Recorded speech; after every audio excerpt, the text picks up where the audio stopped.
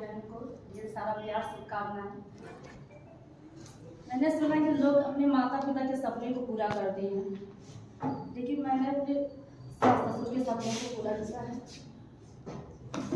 मेरी ये सफलता मेरे अकेले की नहीं है, इसमें इस संस्था का, डायरेक्टर सर का, हमारे सर जी का और मेरे परिवार का सबका योगदान है। अगर आज यहाँ खड़ी होकर मैं कुछ बोलने के काबिल बन पाई हूँ, इसका श्रेय भी हमारे सर को जाता है, क्योंकि इनके मार्गदर्शन से ही आज यहाँ तक पहुँच पाए हैं।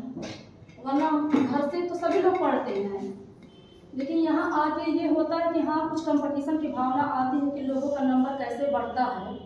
इस संस्था की सबसे खास बात यही है कि यहाँ पर जो टेस्ट होता है, पढ़ाई के साथ साथ जो वीकली टेस्ट होता है, जो सर प्रश्न पूछते वो बहुत अच्छा है। क्योंकि जब सर पूछते थे खड़ा करके, जिस दिन नहीं बता पाते थे क्वेश्चन, मुझे अंदर से बहुत ये फील होता था कि हाँ, कुछ ना कुछ तो कमी है, इसको बढ़ाना है।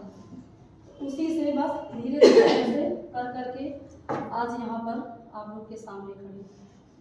मैं तो पीआरटी की तैयारी करती थी, मुझे टीएसटी के बारे में कुछ भी नहीं पता था, लेकिन जब 21 में फॉर्म आया तो उसके बाद से मुझे पता चला कि हाँ, टीएसटी के द्वारा भी कुछ किया जा सकता है।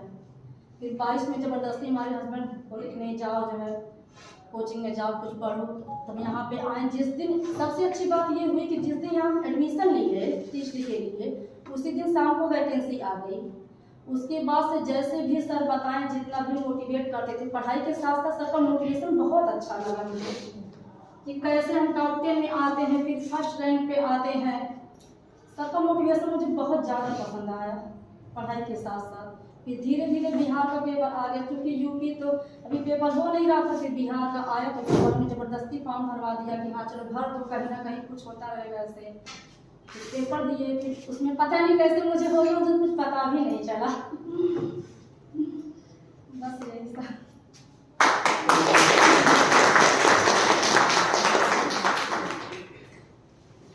और जिनके एक दो प्रश्न हो वो भी पूछ सकते हैं। कैसे आपने पहले टेस्ट से क्या स्कोर किया और लास्ट तक कैसे स्कोर बढ़ाया, आपने वो भी बताइए।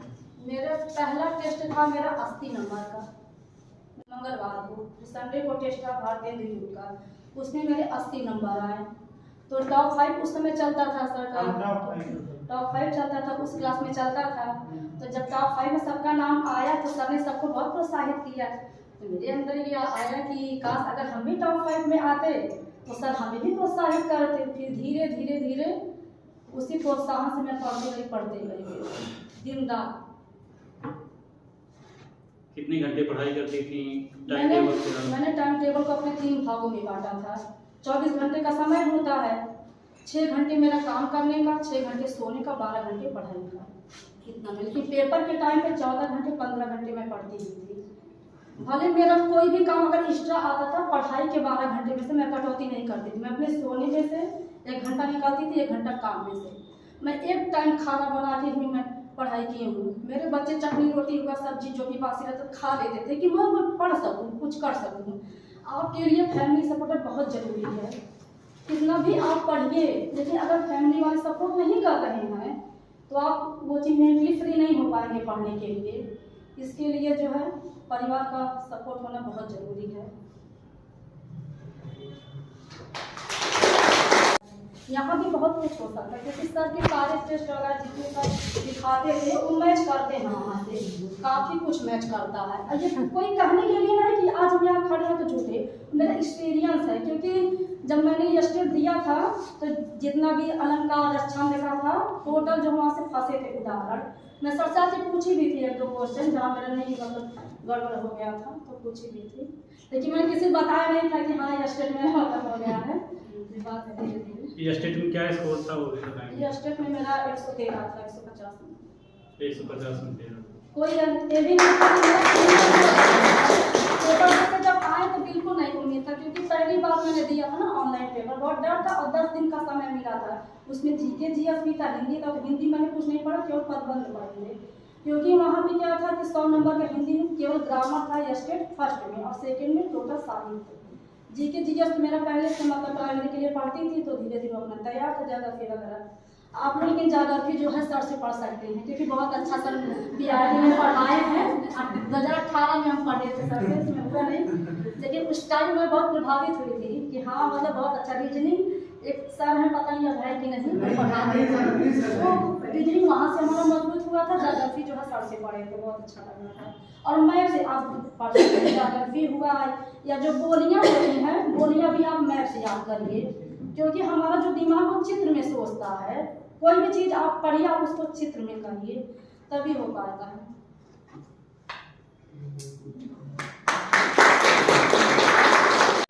मैक्सिमम कितने क्वेश्चन आपको यहाँ से लाभ मिले जो? इतना तो ध्यान नहीं है, लेकिन सब कुछ जो है यहीं का था। जो आपके यूपी टीजीटी का है कोर्स सेम वही, क्योंकि बिहार सरकार का कोई सिलेबस नहीं था। तो जब ये लोग तैयारी 1 अक्टूबर के साथ करवाए थे तो उसमें साहित्य टोटल पूछे थे एकदम, जैसे यहाँ का टीजीटी हुआ था 21 में, तो उसी के अकॉर्डिंग में पढ़ी थी। लेकिन जब वहाँ पेपर दिए तो टोटल एकदम वो था, ग्रामर था 80 नंबर का, और एकदम हल्का प्रश्न मुझे लगा देख के, क्योंकि यहाँ पे इतना टेस्ट दे चुके थे कि वहाँ एकदम हल्का प्रश्न होता था कि वो हाँ, उसके सामने देखते ही दिमाग में मेरे आ गया कि मेरा टीचिंग सिलेक्शन तय है। तो उसके बाद जूनियर का पेपर उसी खुशी में 4-5 नंबर का गड़बड़ा, लेकिन उसमें भी मेरा हो गया था। वहाँ चूंकि जमुई गया में मिला था, तुमको करना भी नहीं था वैसे भी। दीदी एक बात, जैसे मेंस के जो मेंस आप दी हैं उसमें सेकंड पेपर में क्या क्या पूछा गया था? सेकंड पेपर में पूछा गया था आपका रीजनिंग था 1-2 नंबर का। जैसे उसमें पहली बार जो था 8-8 नंबर का पूछता है। पहले स्टेट का बताएं कि पहले नहीं मेंस का बताइए। मेंस का बताएं। मेंस में जो है 50 नंबर में आपका जो है 4-5 नंबर का मैथ आता है, तो मैथ पे जिसको नहीं आता वो फोकस नहीं करेगा। रीजनिंग में ब्लड रिलेशन वगैरह हो गया, जो छोटे छोटे हैं, डायरेक्शन है, ये सब आप लोग तैयार कर लीजिए उसमें। और एक वहाँ की ये खासियत है, वो राष्ट्रीय आंदोलन से प्रश्न पूछते हैं। 8 नंबर का राष्ट्रीय आंदोलन और आधुनिक भारत, अगर इसको आप तैयार कर लेते हैं तो उसमें से आपका 8 का 8 नंबर फिक्स है। क्योंकि हम दिमाग लगाए थे वहाँ का प्रीवियस ईयर का क्वेश्चन देख के कि अगर ये पूछ रहा है, बीपीएससी करा रहा है, तो ये अपने ही अकॉर्डिंग प्रश्न पूछेगा उसी हिसाब से।